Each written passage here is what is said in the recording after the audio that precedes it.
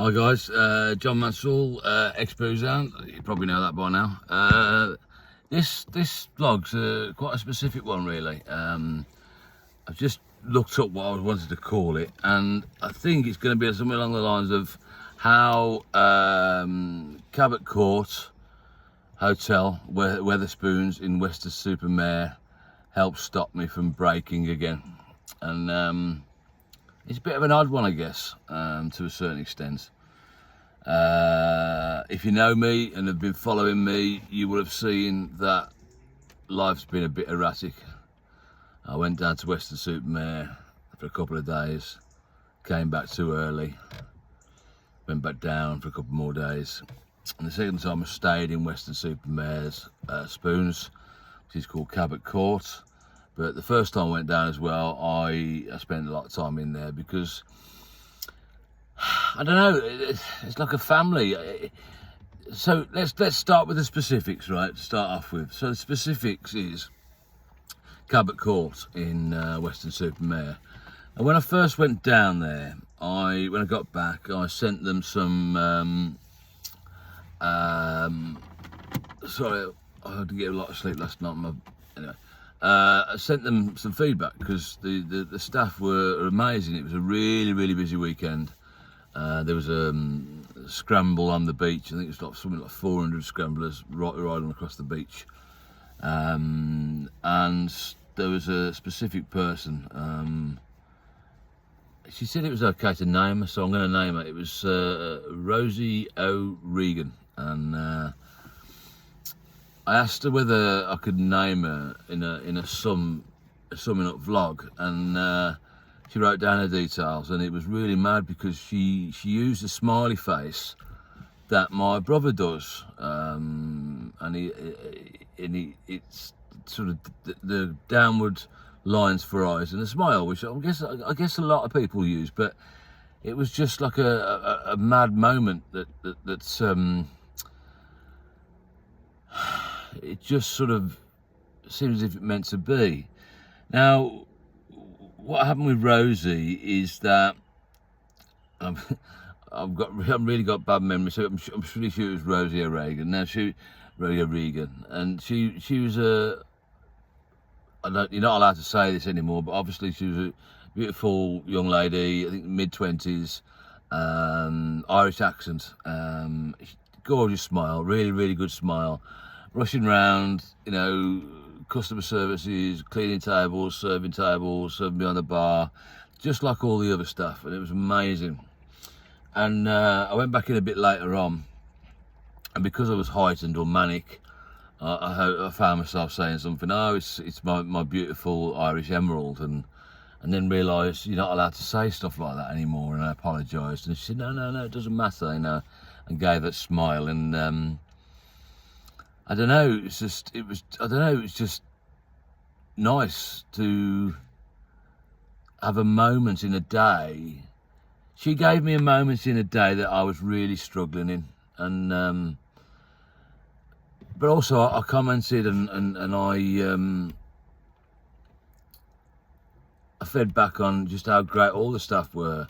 They were running around like, I think they put busy little bees, non-stop. All got a smile on the face, no trouble.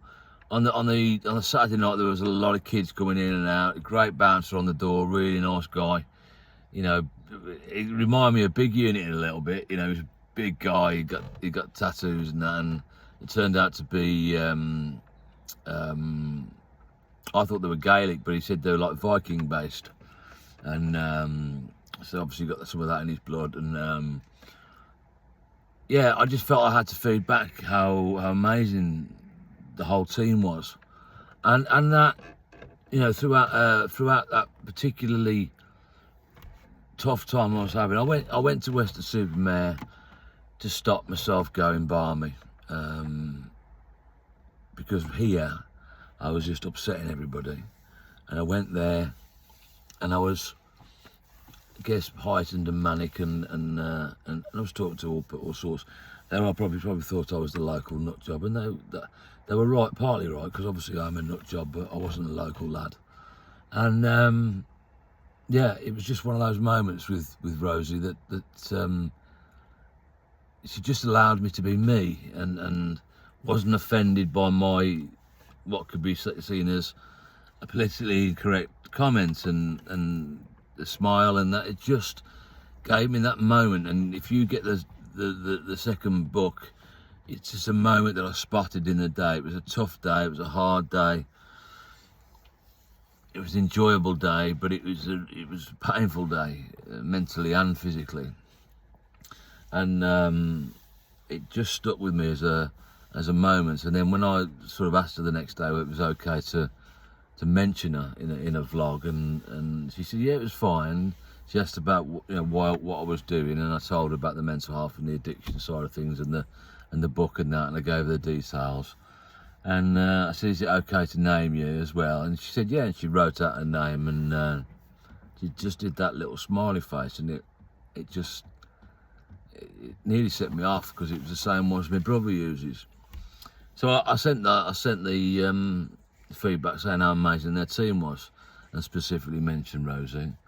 And then obviously I came back, got into another situation where I had an argument, and booked to go straight back down. But this time I stayed at the Cabot court, and I basically walked in, and I was like, I said to the manager, I said to one of the girls, I said, who's the boss on the shop floor today? And she said, well, I guess it's me at the moment. And I said, I sent some feedback the other day, and just saying how great your team was, and that Rosie had really helped me out with her. And she said, oh God, was that you? And Spoons had already sent the information over to the guys and girls at Cabot Court, and apparently Rosie came over, and she was like, huge smile on her face, thanking me for sending kind words, but they're only words that they deserved. They were an amazing team. And then obviously, because I was staying at the hotel this time, which I've got to say was actually cheaper than the previous hotel I stayed in, but the room was twice the size, the bed was gorgeous, the bathroom was lovely, everything about it was just lovely. Didn't quite have a sea view. I had a view of the heating and ventilation system. I think if I stood on a chair and stuck my head right out the window, I could have saw the corner of the sea. But if I stood on a chair, I would have probably fallen off it with the way my crutches are at the moment. So the second time I went down with a much more right. We got to relax here, John. We got to chill out. We got to make this one count, because you can't keep coming down here. You couldn't afford the first time, let alone the second time. And so the upshot of the second visit was I got to spend a lot more time at the Cabot Court with the amazing team there, talking to loads of them, and I've just got this impression that they're probably all sitting around thinking, that Yam guy, the guy on the sticks. God, didn't he talk a lot of bollocks? And laughing at the local buffoon, just talking nonsense to everybody. And I don't mind that, even if they are saying that. I quite like that idea. I was a bit heightened and talking a lot of rubbish, I suppose. But there were certain situations that happened, and they were really helpful. They helped me with the luggage. They allowed me to leave the luggage behind the counter for a bit when I had to go and fetch my car from the NCP. Don't even start me on the NCP. Want my advice? Never pre-book an NCP car park. It was an absolute nightmare. Anyway, they'll probably sue me for that, but they could sue me. I ain't got any money. You ain't going to get anything out of me. So this time it was a great, even better weekend, better couple of days, because I went knowing that I'd approached it wrong last time. I was walking around constantly and doing different things and that, where I did end up doing quite a bit of mileage on one occasion, which is a story for another time, which led to me hurting my back, and then led to a situation where I got up in the middle of the night in agony, and was trying to move around the room to move my back around a bit. I had a spasm in my back and ended up let's just say I don't wear a lot of clothes in bed. You don't need to think about any more than that. So I ended up basically, I managed to push my arm out slightly to push myself away from the wall. If I hadn't have done that, I reckon I'd have broken my eye socket on a radiator. But I managed to bounce myself off the wall with my hands. But now I was lying on top of all my stuff. Now, when I say all my stuff, I don't pack like in a suitcase. I've got a variety of £1 bags from Poundland, and I just chuck loads of stuff in and see what I want to wear. I was only going for 2 days. I could have stayed with 2 weeks of the amount of stuff I've got. So I'm now lying on top of all this stuff. It's 4 o'clock in the morning. My back's gone into spasm. My arms are sort of stuck in the crutches. I managed to wriggle them out, but I couldn't get up.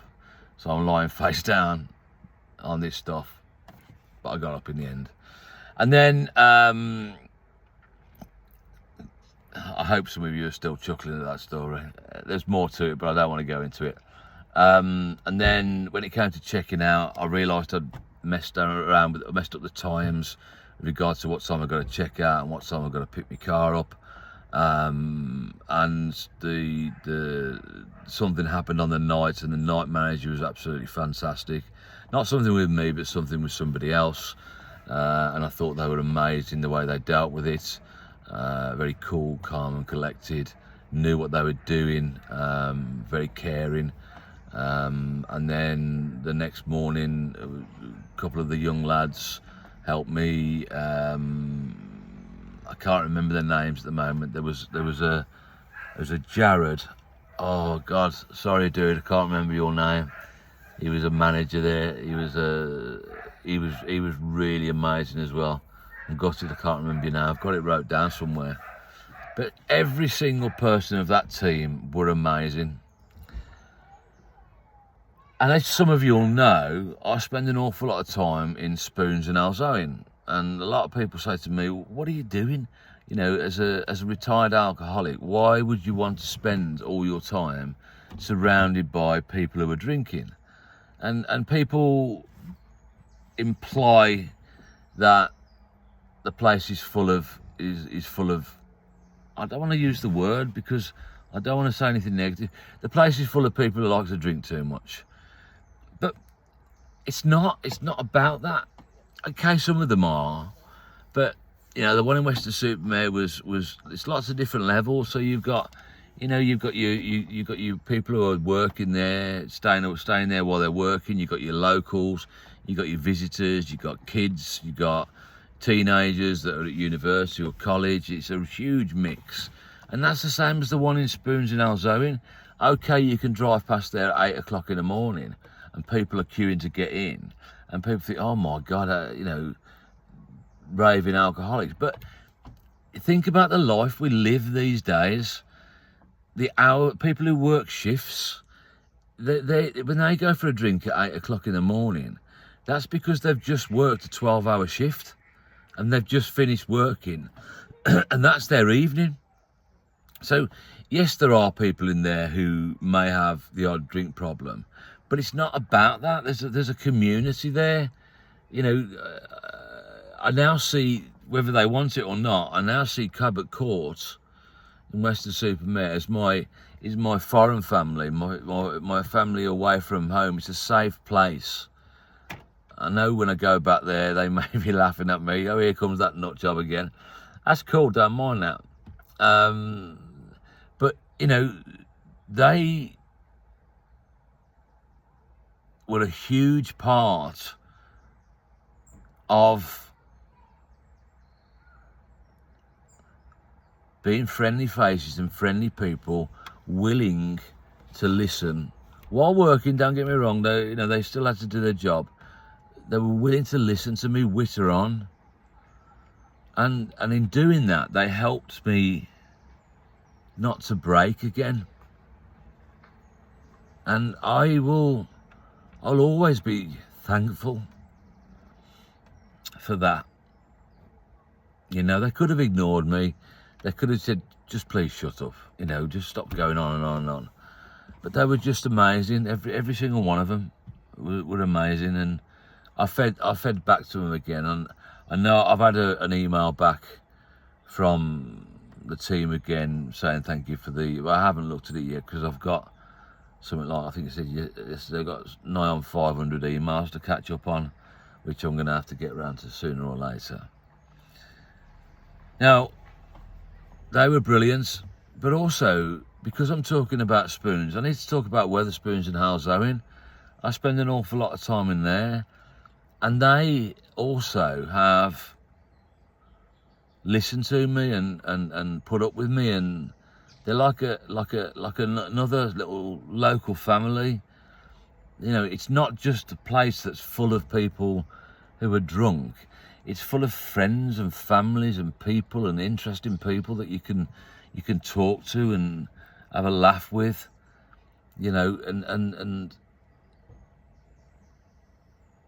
quite often in the one in Halzowen anyway, the amount of times I've ended up speaking to men and women about mental health issues and stuff like that, and booze issues is it's a lot of times. And some people might think I'm a bit of a pain in the arse. That's fair enough, I am. But there's this, I was talking to someone earlier who has got quite a high opinion of me. And I've had this said, and I bumped into somebody the other day, the mother of a son who I helped out about 8 years ago. And she sent me a note saying something along the lines of, he said that you were the only person that he'd ever spoke to about his illness that listened, that understood, that made sense, and that spoke with care and compassion and got through to them. And that made me really proud. And in the little note that she sent me, it said something along the lines of, you do this all whilst not being very well yourself, and all I can do is say thank you, and I know thank you isn't enough. Thank you is all you need to say. I'm selling the books at the moment. I'm making next to nothing on them, but it's not about that. I want people to be better. I know I can't save the world, but I do believe, and people have told me, which is why I'm now going to turn them into audio books. This person I spoke to earlier said, you help me every day, John.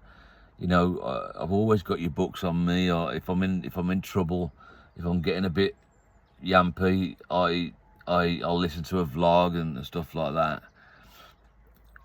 And it just makes me proud. Now, we've had this discussion, haven't we, that the ex-boozehound that was, ex-boozehound's always going to be around. But the ex-boozehound that was the angry, attacking lion, some of him has to exist still, obviously, because he protects John and John. And again, that's explained in the second A to Z guide. Makes me sound like an absolute lunatic, but I don't care. He protects John and John. He's a free spirit. He can say what he like, does what he like, and he doesn't care if he upsets people. But that part, a lot of that has to be parked now. And then again, I don't know whether any of the lads have seen it yet, but this new alter ego that I've spoken about, Purring Pussycat, he needs to be around, because he needs to make sure that anything that I do moving forward, and there's a lot about to happen, I have to stay cool, calm. What did I say?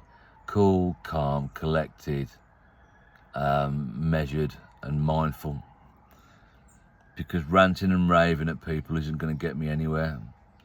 And you'll soon see I'm working on a page at the moment on my blog, on my website, with regards to details of plans that I've got, a dedicated email address and all that sort of stuff. So, but the whole point really of this vlog was to say thank you to the staff at Cabot Court Hotel in Weston, Mare, because you really did help stop me breaking again. And as an aside to that, I'm going to say thank you to the guys who work at Hales Owen, William Shenston Weatherspoons, because they've been there for me many times, and we have a laugh and we talk. They know all about my issues. I don't. You know what? I don't even think I'd get served in spoons in Hales Owen if I ordered a pint of booze. I think they'd refuse me. I'd be interested, actually. I don't think they'd serve me booze, which would be interesting. But if you have got a negative opinion of Weatherspoons and you avoid it because of that, don't knock it till you've tried it. Don't get me wrong, I have been into certain spoons where the atmosphere is not quite as good, and that's fair enough. But there's been quite a few Weatherspoons that I have been into, and the atmosphere is great. There's such a mix of people, young and old,